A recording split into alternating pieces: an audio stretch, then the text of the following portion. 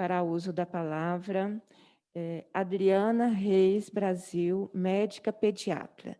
Adriana, por favor, a seu critério, se você quiser utilizar aqui o espaço aqui em cima, aqui é melhor. Oi? Tem. Será feita pela nossa consultoria. A seu critério. Bom dia. Eu primeiro gostaria de agradecer esse convite, né? Assim, o meu envolvimento nessa questão foi muito casual, né? Eu não sou da área de educação, mas eu trabalho diretamente com crianças e acabei fazendo um documento para as famílias, um pouco orientando e tranquilizando, né, essa opção de retornar à escola. E isso gerou uma repercussão, então, por isso eu estou aqui, tá? O próximo, por favor. Primeira coisa que eu queria dizer é que a pandemia vem evoluindo, né? Foi uma coisa que pegou todos de surpresa, e que a ciência, né, os estudos têm caminhado atrás do vírus, né? Assim, o vírus está andando, a epidemia veio aumentando, mas o nosso conhecimento ele veio evoluindo sempre um pouquinho atrás do vírus. Então, uma coisa que a gente pensava lá em janeiro, fevereiro, já mudou, né, de acordo com as pesquisas, com os estudos científicos, já mudou e hoje a gente pode ver de outra forma. Vou dar um exemplo muito básico. Quando começou a epidemia, teve uma história do corticoide, não pode usar corticoide, foi uma correria, suspende corticoide de todo mundo que está usando, tal. Hoje a gente já tem certeza que o corticoide deve ser usado em tal época da doença, tal. Então, isso faz a gente repensar alguns conceitos que a gente tinha no início da pandemia e que mudaram agora. Próximo. Quando a gente pensa no isolamento, né, quando começou toda a epidemia, quais eram os objetivos do isolamento social? Era achatar a curva, né, que a gente fala, diminuir o ritmo de contágio, e especialmente para dar tempo do sistema de saúde se organizar, né? Eu acho que, especialmente, Minas cumpriu esse papel muito bem, né? A gente, em poucos momentos, a gente teve um sufoco assim de vagas. Eu falo, uma coisa é uma pessoa falecer de uma doença, a outra é ela falecer por falta de assistência, e isso acho que nós conseguimos fazer, né? Esse é o dado de ontem, eu acho, da prefeitura. Eu não consegui o dado de Minas, até porque é muito regional, né? Mas eu acho que isso a gente conseguiu fazer bem, né? Próximo.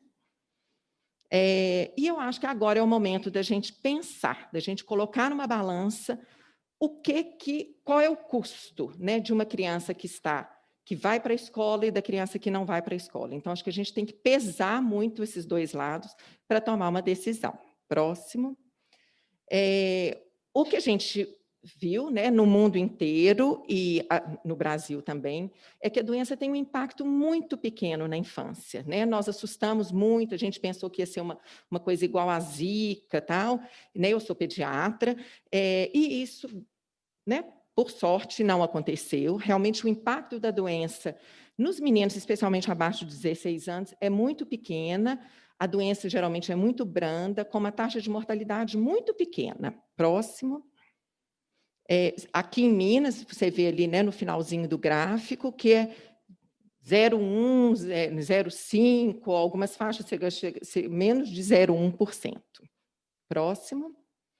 E aí, no mundo inteiro, a gente tem visto isso, né, assim, desse impacto pequeno mesmo. Tem um estudo na Inglaterra que eles pegaram 540 mil pessoas e fizeram o exame do Covid, né, o PCR, e só 1%, 1,1% desses testes foi positivo na criança. Quando pegaram a faixa etária até 16 anos, que foram 35.200 pessoas, só 4% dos testes era positivo. Não quer dizer que essas crianças eram sintomáticas. Um outro estudo, né, analisando 7.780 crianças, viu que as crianças têm sintomas leves, sintomas de uma virose comum, como febre e tosse. E a mortalidade nesse grupo foi menos de 0,1%. Um dos motivos, né, que a gente imagina que as crianças têm um quadro mais leve, é porque hoje a gente sabe que o vírus penetra no sistema respiratório através de um receptor que chama ECA2. E a criança tem muito pouco desse receptor. Então, na verdade, o vírus ele acaba nem penetrando na criança. E isso faz com que também ela transmita menos o vírus. Próximo. Um outro estudo mostrando pacientes com menos de 16 anos, né, relatou isso, que somente 1% chega a ter sintomas mais importantes e que a maioria dessas crianças pegou dos pais. É muito raro o contrário acontecer. A criança contaminar o adulto. O mais comum é o adulto contaminar a criança. Eu tive alguns casos, né, no meu consultório aqui, eu não tive nenhum caso que a criança foi o primeiro caso. Assim, em todos os pacientes que eu tive, foram os pais que se contaminaram e acabaram passando para as crianças, e eu não tive nenhum caso grave. Então, o que eles estão descobrindo é isso, que o adulto transmite 10 vezes mais que a criança. Eu não vou ficar citando estudos, senão vou demorar, mas assim, a conclusão desses últimos estudos é esse, que a criança ela pega menos a doença, quando ela tem a doença, ela tem uma forma mais branda, e que ela transmite menos o vírus. E que o mais comum é o adulto transmitir para a criança. Tem outro estudo na Holanda que fala que 95% das pessoas adquiriu a doença através de um outro adulto, e não da criança. Próximo. Então, né, só uma vez reforçando que a carga viral na criança, ao contrário do que a gente imaginava no início, ela é muito menor na criança. Tem um trabalho publicado, que foi um trabalho que gerou muita repercussão na mídia, falando que a criança tem uma carga viral alta. É um trabalho super questionável, porque ele compara crianças nos primeiros dias da virose com adultos no 20º dia de virose, que já receberam tratamento, que estão internados. São 45 crianças só. Então, isso gerou uma repercussão, mas é um trabalho muito questionável. Próximo. Esse trabalho é muito interessante também, que eles pegaram 300 mil pessoas que tinham famílias que tinham crianças em casa. E eles perceberam que quanto maior o número de crianças, menos graves são os casos de Covid em idosos. Um pouco eles acham que aquele contato breve do vírus com o idoso, ou do idoso estar sempre com o sistema imunológico funcionando por causa das viroses comuns da criança, acaba sendo protetor para o idoso. Próximo. Só pensando, né, que eu fico pensando isso assim, por que a gente está parando tudo, sendo que existem outros vírus e que nós nunca paramos? Então, esse é um estudo que mostra o impacto do influenza, né, que é o vírus da gripe, que ele é muito maior nessa faixa etária das crianças do que o Covid mesmo. Quer dizer, a internação e as mortes por influenza, apesar da gente ter vacina, né, que na rede pública está disponível para criança abaixo de 5 anos, mesmo assim é um vírus que causa um impacto muito maior do que o Covid. E a gente nunca fechou a escola por causa de influenza, né? Próximo. E aí a gente tem que ver o outro lado, né?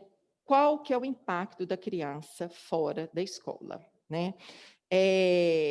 Esse é um dado da Unicef, falando que no mundo inteiro 1,5 bilhões de crianças estão fora da escola e que eles já estão antevendo retrocessos, né, tanto imediatos quanto futuros. Eles falam muito especialmente para a menina, provavelmente a menina não vai voltar para a escola, porque ela acaba sendo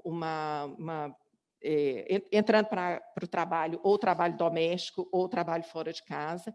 Então, resgatar essas meninas vai ser muito difícil.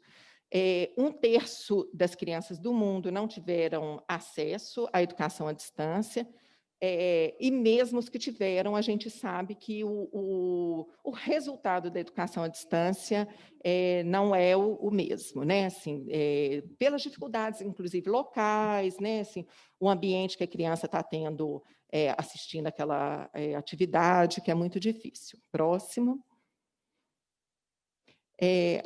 Há os outros aspectos em relação à criança fora da escola, que eu falo que, em vários lugares do mundo, mas no Brasil a gente também sabe disso, que a escola não é só a questão pedagógica, né? Assim, algumas crianças fazem as refeições na escola, então elas estão perdendo 2 a 3 refeições, apesar de ter tentado ter tido essa tentativa da cesta básica, mas a gente sabe que não substitui. Por outro lado, a gente tem visto algumas crianças que estão ficando em casa, ociosas, ansiosas e comendo e sem fazer atividade física.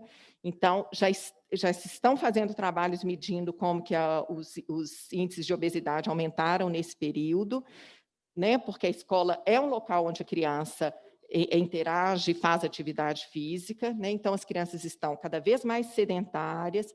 O tempo de tela é uma coisa super preocupante, né? Quem tem acesso né, a celular, computador, as crianças estão ficando, os adolescentes, especialmente 12 horas de frente da tela, isso interferindo muito na qualidade do sono, e a gente sabe que a criança que dorme mal, ela estuda mal no dia seguinte, ela come mal no dia seguinte, então tem um impacto muito grande.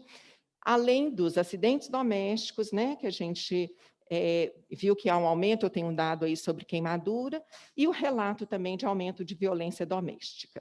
Próximo. Essa é uma fala da Unicef também.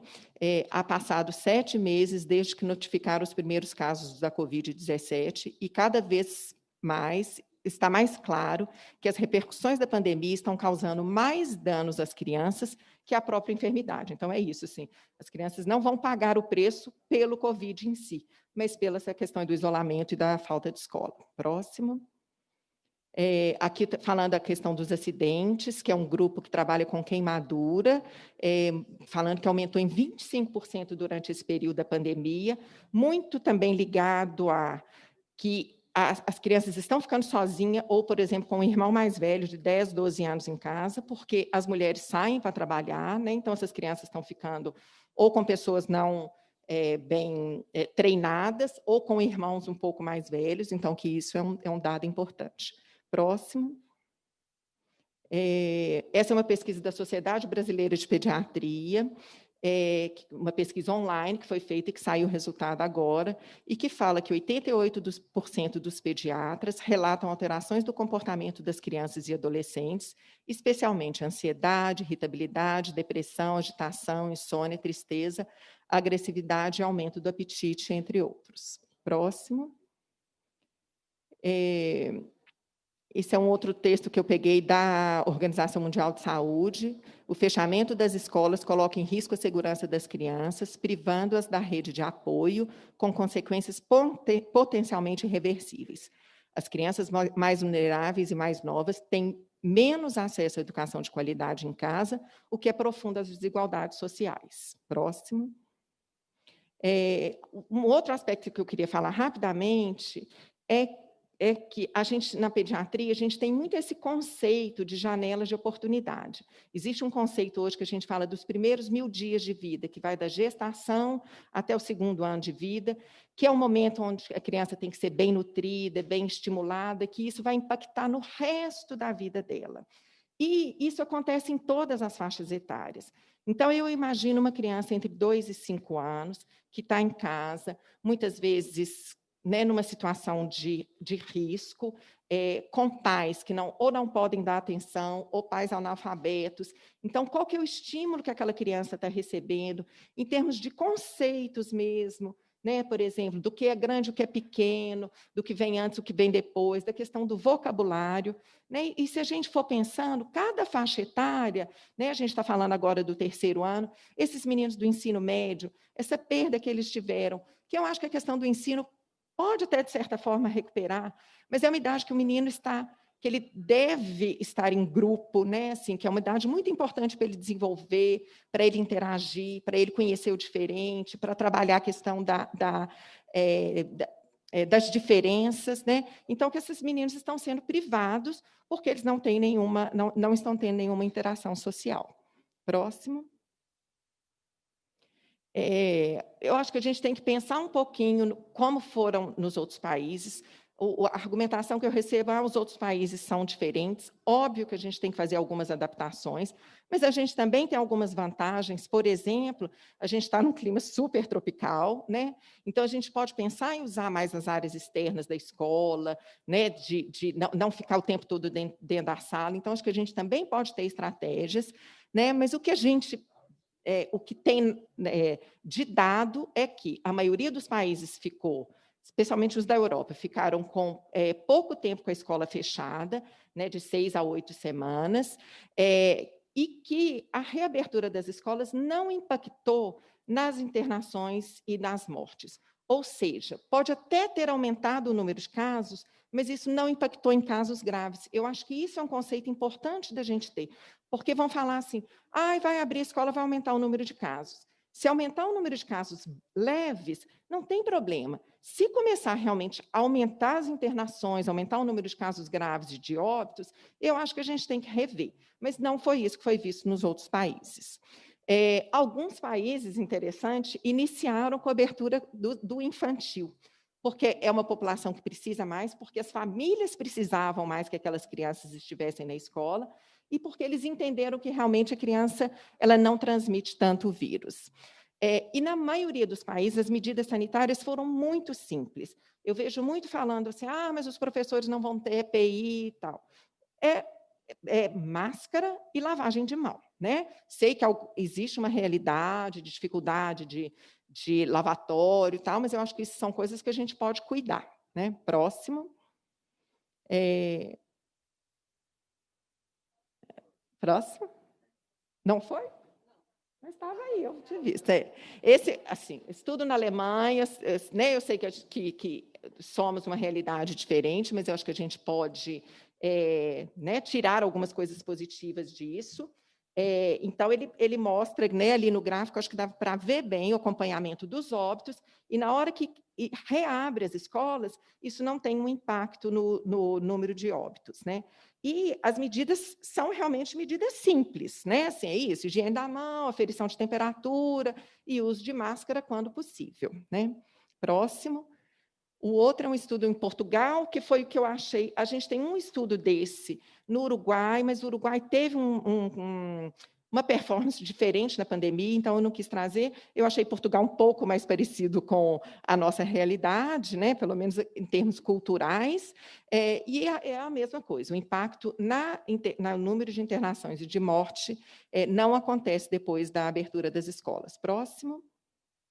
E eu acho que agora é o momento, então, da gente refletir, né? Assim, é um bom momento da gente valorizar a escola. Eu acho que as famílias, né, e a sociedade está entendendo o papel da escola em tudo, né, na saúde geral da criança, né? E é hora da gente realmente fazer um pacto para que as crianças possam voltar à escola, né?